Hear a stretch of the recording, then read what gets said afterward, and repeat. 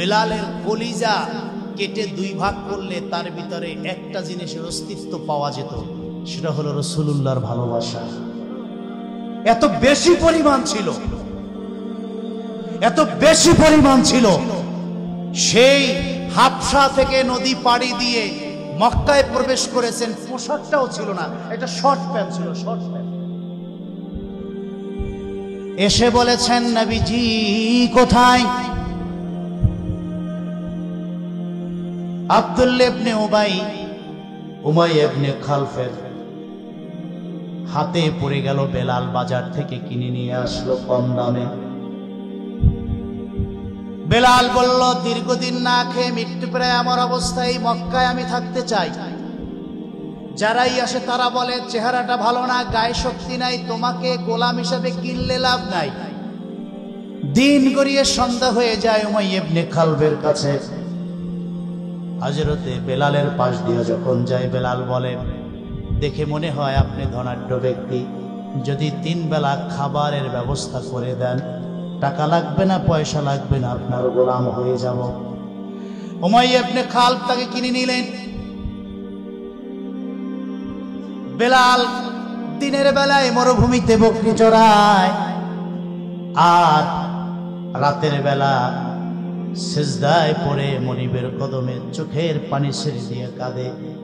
আর মাঝে মধ্যে দূর থেকে নূর নবীজিকে দেখে কলিজাটা ঠান্ডা করে সুবহানাল্লাহ চোখের পানি ছেড়ে দিয়ে কেঁদে কেঁদে বলে, মনিব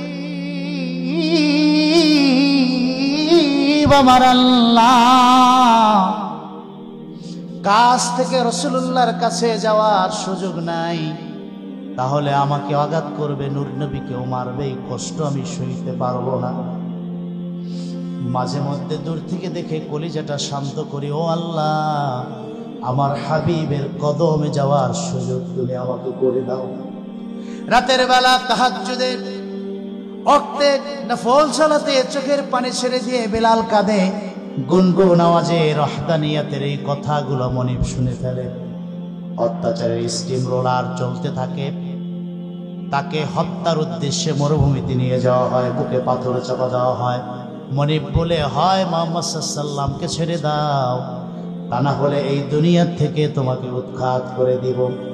আকাশের দিকে আঙুল উঁচু করে বেলাল বলে, যে এই নবীর জন্য পাহাড়, খাল, নদী, মরুভূমির রাস্তা পাড়ি দিয়েছি, সমস্ত চামড়াগুলি খসে পড়ে গেছে, রৌদ্রের তাপে আরো কালো হয়ে গেছে। সেই নবীর কলিজার, সেই নবীর মহাব্বতে এই কলিজায় এমন করে ঢুকিয়েছি, জীবনটা যদি 1000 বার চলে যায়, রাসূলুল্লাহর নামটাই অন্তর থেকে যাবে না। আওয়াজটা রাসূলুল্লাহর কানে চলে যায়। হুজুর বললেন, আবু বকর, আমি আর সইতে পারি না। প্রেমিক যদি কাছ থেকে প্রেমিকের দর্শন না পায়, বাঁচতে পারে না। তোমাকে তো আল্লাহ অর্থ সম্পদ দিয়েছে, বেলালকে তুমি মুক্ত করো। হযরত আবু বকর বেলালকে টাকার বিনিময়ে মুক্ত করলেন, রাসূলুল্লাহর নূরের কদমে আসলেন। আমার আল্লাহ বলেন, হাবিব গো, বেলাল যে রাসূল প্রেমের নজরানা পেশ করেছে, পুরস্কারটা আমি আল্লাহ দিতে চাই। এর বিনিময়ে আমি আল্লাহ তাকে আমার ঘর বাইতুল্লাহর মুয়াজ্জিন বানায়া দিলাম। জোরে বলেন না সুবহানাল্লাহ। মানুষটা কালো, পরিচয় দেওয়ার কিছু নাই, কিন্তু পুরস্কারটা ভালো। সুবহানাল্লাহ। আল্লাহর কাছে চেহারা, সুরাত, ধন দৌলত আর চেয়ারের মূল্য নাই, মূল্য আছে কলিজার ভিতরে তাকওয়া, আল্লাহ ভয়, রাসূল প্রেমের। তা যদি অন্তরে থাকে, সে যদি কৃষক হয়, রিক্সা চালক হয়, ভ্যান চালক হয়, আল্লাহ তার হাবিবের কাছে তার মর্যাদা আছে না নাই?